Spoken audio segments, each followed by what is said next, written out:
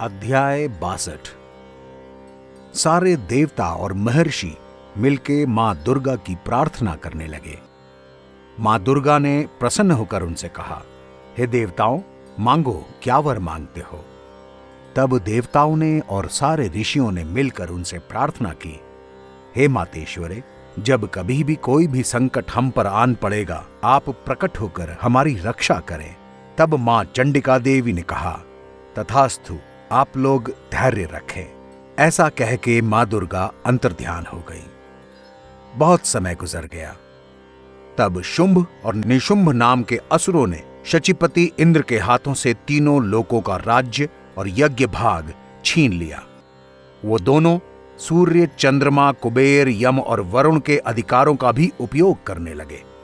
तब सारे देवताओं ने अपराजिता देवी का स्मरण किया और प्रार्थना करने लगे, हे जगदम्बे, हम लोगों की रक्षा करो। आपने वर दिया था, हम इस आपत्ति काल में आपका स्मरण और प्रार्थना करते हैं। तब मां दुर्गे प्रकट हुई। तब शुंभ निशुंभ ने अपने सेनापति धूम्रलोचन को मां दुर्गा को पकड़ कर लाने के लिए भेजा। तब दुर्गा माता ने हुंकार भरी। सिर्फ उस हुंकार से ही धूम्रलोचन भस्म कर राख हो गया। उसके बाद शुंभ निशुंभ ने चंड और मुंड नाम के 2 राक्षस मां दुर्गा को मारने के लिए भेजे। तब मां दुर्गा ने मां चंडी का रूप धारण कर लिया। उस समय क्रोध के कारण उनका मुख काला पड़ गया, ललाट में भौहें टेढ़ी हो गईं और वहां से तुरंत विकराल मुखी काली प्रकट हुई, जो तलवार और पाश लिए हुए थी। जीभ लपलपाने के कारण वो और भी डरावनी लग रही थी। उनकी आंखें भीतर को धसी हुई और लाल थीं। देवी ने बहुत बड़ी तलवार हाथ में लेकर हुम का उच्चारण करके चंड और मुंड पर धावा बोला और उनके केश पकड़कर उसी तलवार से उनका मस्तक काट डाला। तब शुंभ निशुंभ ने रक्त बीज नाम के असुर को मां दुर्गा से लड़ने के लिए भेजा। रक्त बीज इस तरह का असुर था कि उसके शरीर से एक भी रक्त की बूंद जमीन पर गिरते ही उसी के बराबर ताकतवर एक और असुर पैदा हो जाता था। रक्त बीज 84 सेना नायकों के साथ चतुरंगिणी सेना लेकर मां दुर्गा से लड़ने के लिए आया। उसकी इतनी भयंकर सेना देखकर चंडिका ने अपने धनुष की टंकार से पृथ्वी और आकाश के बीच का भाग गुंजा दिया। तभी इसी बीच में असुरों के विनाश और देवताओं के प्रताप से ब्रह्मा, शिव, कार्तिकेय, विष्णु, इंद्र आदि देवों की शक्तियां, जो अत्यंत पराक्रमी और बल से संपन्न थीं, उनके शरीरों से निकलकर उन्हीं के रूप में चंडिका देवी के पास इकट्ठा होनी शुरू हो गई।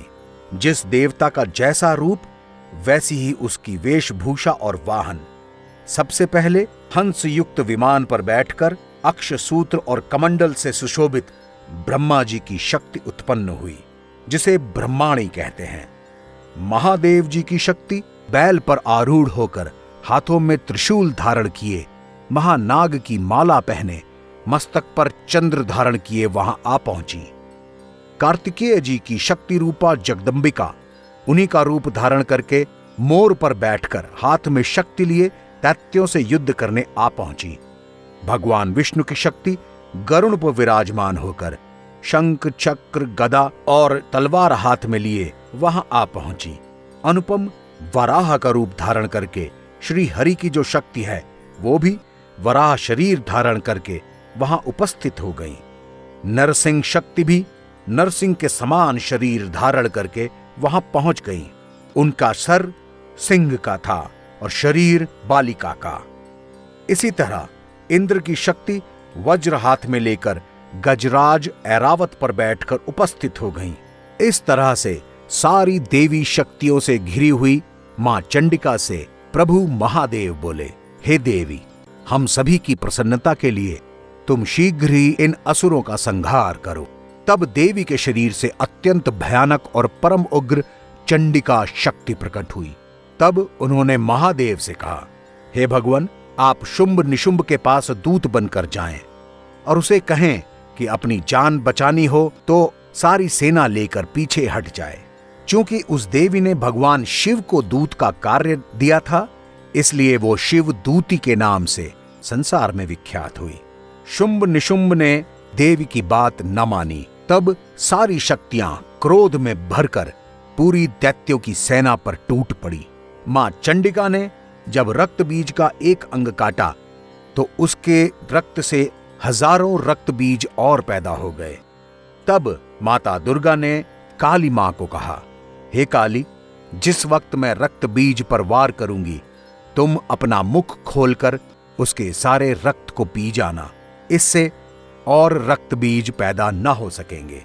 तब मां दुर्गा ने रक्त बीज पर शूल से प्रहार किया और उसके मस्तक को काट डाला।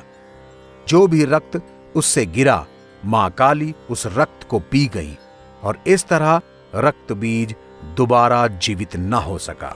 उसके मरते ही सारी असुर सेना भाग खड़ी हुई। तब शुंभ और निशुंभ भी हाथों में अनेक अस्त्र और शस्त्र लेकर मां से लड़ने के लिए युद्ध क्षेत्र में आ पहुंचे। तत्पश्चात मां दुर्गा ने अपना विकराल स्वरूप धारण किया। सारे भगवानों की और देवताओं की शक्तियां उनमें समाहित हो गई। उन्होंने दोनों हाथों में तलवार और शूल लेकर शुंभ और निशुंभ के मस्तक को काट डाला। उन्हें देखते ही सारे दैत्य सेना भस्म हो गई। चारों तरफ जय जयकार होने लगी। देवताओं ने और ऋषियों ने नतमस्तक होकर हाथ जोड़कर प्रणाम करके माता दुर्गा, माता चंडिका, माता काली की स्तुति शुरू कर दी और प्रार्थना की, हे मातेश्वरे, अब आप शांत हो जाएं, अब आप शांत हो जाएं। इतनी कथा सुनाकर मेधा ऋषि ने राजा सुरथ और वैश्य सुमति को कहा, हे राजन, हे वैश्य, इस तरह मातेश्वरी जगदम्बा ने सभी देवताओं और सभी महर्षियों के दुखों को दूर किया। आप लोग भी उसी जगदम्बा माता की तपस्या करो और मुक्ति का वरदान लो। तब राजा सुरथ और वैश्य सुमति एक वन में जाकर देवी सूक्त का जप करते हुए तपस्या करने लगे।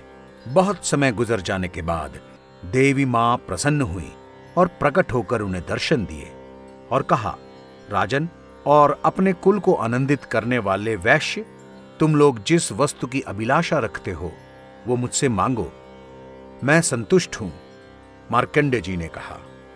तब राजा ने दूसरे जन्म में नष्ट ना होने वाला राज्य मांगा और इस जन्म में भी शत्रुओं की सेना को नष्ट करके पुनः अपना राज्य प्राप्त करने का वरदान मांगा।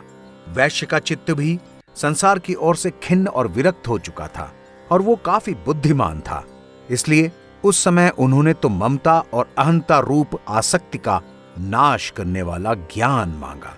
जगदम्बा देवी ने उन्हें ये वरदान दिए और अंतर्ध्यान हो गई। इतनी कथा सुनाकर मार्कंडेय जी ने कहा, इस तरह उन दोनों को मनोवांछित वरदान मिला और उनके द्वारा भक्ति पूर्वक अपनी स्तुति सुनकर देवी अंबिका भी प्रसन्न हो गईं।